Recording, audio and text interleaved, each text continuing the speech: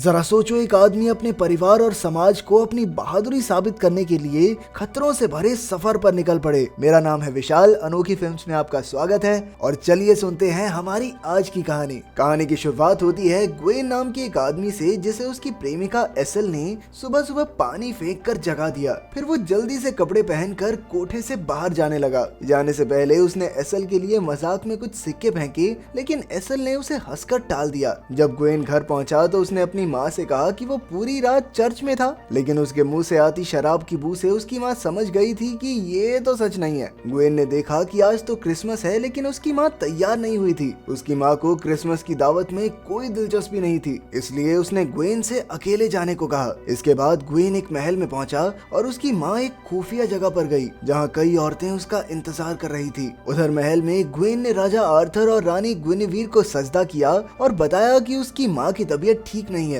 इसलिए वो आज यहाँ आ नहीं पाएंगी। फिर राजा ने उसे अपने साथ ही बैठा लिया, क्योंकि ग्वेन उसका भतीजा था। इसके बाद राजा ने दावत में सारे मेहमानों का स्वागत किया। वहीं दूसरी ओर ग्वेन की माँ ने एक खत तैयार करके उस पर हरी मोम लगा दी। जैसे ही उसने खत छोड़ा, वो हवा में उड़ने लगा और फिर अपने आप जलकर राख हो गया। अचानक उसकी राख से एक पौधे का जन्म हुआ। उसी वक्त महल में एक ग्रीन नाइट पहुंचा और उसने रानी को एक खत दिया। जैसे ही रानी ने वो खत पढ़ना शुरू किया, मानो उसे किसी ने अपने वश में कर लिया हो और वो भयानक सी आवाज में बोलने लगी। खत में उस ग्रीन नाइट ने राजा को मुकाबले की चुनौती दी थी, जहां राजा के किसी भी योद्धा को ग्रीन नाइट से लड़ना होगा। अगर वो योद्धा जीत गया तो दुनिया भर की दौलत शोहरत उसके पैर चूमेगी, लेकिन एक बात याद रहे, वो योद्धा ग्रीन नाइट को जिस भी तरह की चोट देगा, ठीक वैसा ही वार ग्रीन नाइट भी पूरे 1 साल बाद उसके ऊपर जरूर करेगा। खत को पूरा पढ़ते ही रानी बेहोश हो गई और वो खत भी जलकर राख हो गया। जब पूरे दरबार में कोई भी योद्धा ग्रीन नाइट का सामना करने को तैयार नहीं हुआ, तो ग्वेन उठकर सामने आया। इससे खुश होकर राजा ने उसे अपनी तलवार दे दी। फिर ग्वेन मैदान में उतरा, लेकिन ग्रीन नाइट ने सामने से कोई हमला किया ही नहीं। उसने अपनी कुल्हाड़ी जमीन पर रखकर ग्वेन के सामने अपना सर झुका दिया। ग्वेन ने पूरी हिम्मत जुटाकर एक ही वार में ग्रीन नाइट का सर धड़ से अलग कर दिया। कुछ ही पलों में ग्रीन नाइट के शरीर ने अपना सर उठाया और कहा कि 1 साल बाद उनकी मुलाकात फिर से होगी। ये सुनकर ग्रीन नाइट चला गया और महल में मौजूद सभी लोग ग्वेन की बहादुरी की तारीफ करने लगे। इस घटना के करीब 1 साल बाद ग्वेन एसल के साथ था और एसल यूं ही बातों बातों में उसे उसकी मशहूरी के लिए चिढ़ाने लगी। इस तरह ग्वेन ने कई दिन मौज मस्ती में गुजार दिए। एक दिन जब वो घर लौटा तो उसने अपनी माँ को राजा आर्थर से बात करते देखा। राजा आर्थर ने भी उससे पूछा कि उसने क्रिसमस के लिए क्या सोचा। ग्वेन तो ग्रीन नाइट के साथ अपनी मुलाकात को सिर्फ एक खेल समझकर भूल गया था, लेकिन राजा ने कहा कि वो खेल अभी खत्म नहीं हुआ। उसने कहा कि एक सच्चा योद्धा होने के नाते उसे ग्रीन नाइट के पास जाना ही होगा। कुछ दिन बाद ग्वेन की माँ ने कुछ औरतों के साथ थोड़े तंत्र मंत्र फूंक कर एक हरी पट्टी तैयार की। जाने से पहले एसल ने उसे रोकने की बहुत कोशिश की, लेकिन ग्वेन ने कहा कि वो अपने वादे से पीछे नहीं हट सकता। फिर उसकी माँ ने उसे वो हरी पट्टी देते हुए कहा कि जब तक ये हरी पट्टी उसके पास है, कोई उसका बाल भी बांका नहीं कर सकता। इसके बाद ग्वेन अकेला सफर पर निकल पड़ा। रात होने पर उसने आग जलाई और देखा कि एसल की पायल का एक घुंघरू उसके पास आ गया था। उसे याद आया कि एसल ने उससे शादी की बात की थी, लेकिन ग्वेन ने कोई भी जवाब ना देकर उसका दिल तोड़ दिया। फिर अगले दिन ग्वेन चलते चलते एक मैदान में पहुंचा, जहां जंग होने की वजह से लाशों के ढेर लगे हुए थे। तभी उसे एक आदमी दिखाई दिया जो अकेला ही लाशों को दफनाने का काम कर रहा था। उसने ग्वेन की हरी कुल्हाड़ी के बारे में पूछा जो उसे ग्रीन नाइट से मिली थी। ग्वेन ने उसे बताया कि वो ग्रीन नाइट से मिलने हरे चैपल की ओर जा रहा है। फिर उस आदमी ने ग्वेन को हरे चैपल का रास्ता बताया, लेकिन बदले में कुछ पैसे मांगे। ग्वेन उसे एक चांदी का सिक्का देकर वहाँ से निकल गया। कुछ देर बाद वो एक नदी किनारे पहुंचा और अपने घोड़े को पानी पिलाया, लेकिन कुछ ही पलों में उसे 2 चोरों ने घेर लिया और तभी अचानक उसी आदमी ने आकर कहा कि ग्वेन को यहाँ लाना उसका प्लान था। उसने ग्वेन की वो खास हरी पट्टी चुरा ली और फिर उसे बांधकर उसका सारा सामान भी लूट लिया। फिर वो ग्वेन की कुल्हाड़ी और घोड़े लेकर फरार हो गया।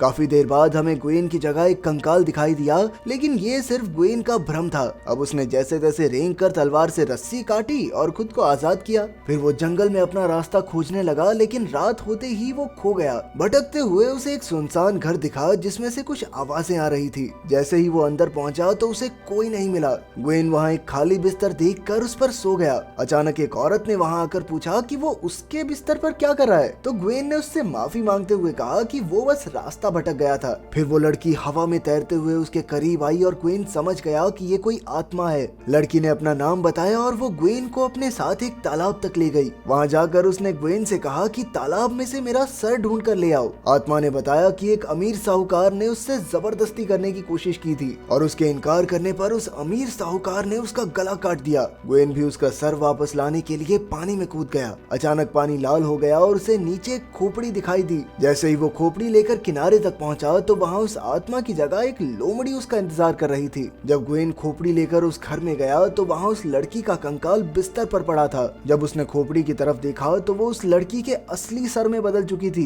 ये देखते ही डर के मारे ग्वेन के हाथ से वो सर नीचे गिर गया और एक बार फिर से वो खोपड़ी में बदल गया। फिर ग्वेन ने उसे उठाया और कंकाल के साथ ही रख दिया। उसी वक्त सूरज की किरणों के साथ ग्वेन को कमरे में ग्रीन नाइट की कुल्हाड़ी दिखाई दी। इसके बाद वो फिर से अपनी मंजिल की ओर निकल पड़ा। रात को उसने एक गुफा में रुककर आग जलाई तो उसने देखा कि वो लोमड़ी अब तक उसका पीछा कर रही थी। उसने उस लोमड़ी को भी गुफा के अंदर आने दिया। अगली सुबह वो दोनों फिर से मंजिल की ओर बढ़ने लगे। बाद में ग्वेन को बहुत भूख लगी थी तो उसने कुछ जंगली मशरूम्स खाए और थोड़े से लोमड़ी को भी दे दिए। जल्द ही उसे उल्टी होने लगी, लेकिन इसके बावजूद भी वो लोमड़ी के साथ अपने सफर पर बढ़ता रहा और कुछ समय बाद उसे एक पहाड़ी के ऊपर कई भयंकर परछाइयां दिखाई देने लगी। ग्वेन ने उन्हें पुकारा तो एक परछाई ने उसे उठाने की कोशिश की, लेकिन तभी लोमड़ी के गुर्राने से वो पीछे हट गई। अब ग्वेन उनसे उल्टी दिशा में आगे बढ़ने लगा। रात को तेज बारिश होने लगी और ग्वेन भूख से बेहोश होकर गिर गया, लेकिन लोमड़ी ने उसे उठाया और चलते रहने की हिम्मत दी। कुछ देर बाद ग्वेन भटकते हुए एक महल तक पहुंचा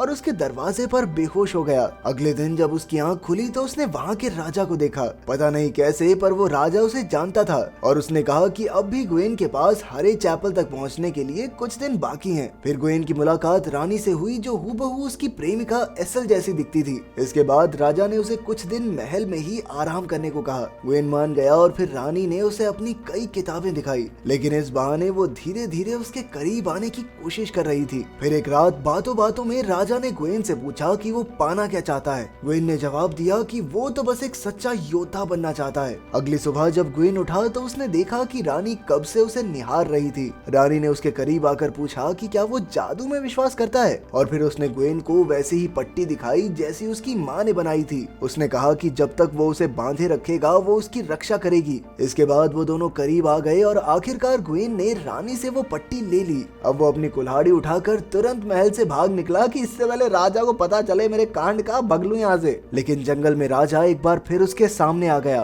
ग्वेन डर गया, लेकिन असल में राजा बस उसे उसकी लोमड़ी लौटाने आया था। चलते चलते ग्वेन और वो लोमड़ी एक ऐसे इलाके तक पहुँचे जहाँ घनी धुंध थी। जैसे ही ग्वेन नदी की ओर बढ़ा तो लोमड़ी ने उसका रास्ता रोक दिया। अचानक वो लोमड़ी बोलने लगी और कहा कि अगर वो आगे बढ़ा तो जिंदा नहीं बचेगा। उसने ग्वेन को लौट जाने को कहा, लेकिन ग्वेन ने कुल्हाड़ी से वार करके उसे ही भगा दिया। आखिरकार वो अकेला ही कश्ती में बैठकर उस हरे चैपल तक पहुंचा। अंदर जाकर उसने देखा कि ग्रीन नाइट सो रहा था। ग्वेन ने कुल्हाड़ी जमीन पर रखी और उसका इंतजार करने लगा। वो पूरी रात वहीं बैठा रहा और आखिरकार क्रिसमस की सुबह ग्रीन नाइट जाग उठा। उसने अपनी कुल्हाड़ी उठाई और ग्वेन से पूछा कि क्या वो शर्त का वादा पूरा करने आया है। ग्वेन ने भी डरते हुए हाँ कहा। फिर ग्रीन नाइट ने उसे झुकने को कहा ताकि वो भी उसके ऊपर वैसा ही वार कर सके जैसा उसने ग्रीन नाइट पर किया था। ग्वेन झुक तो गया, लेकिन जैसे ही ग्रीन नाइट ने कुल्हाड़ी उठाई तो वो डर कर पीछे हट गया। फिर उसने हिम्मत जुटाकर ग्रीन नाइट को फिर से वार करने को कहा, लेकिन इस बार भी वो हिल गया।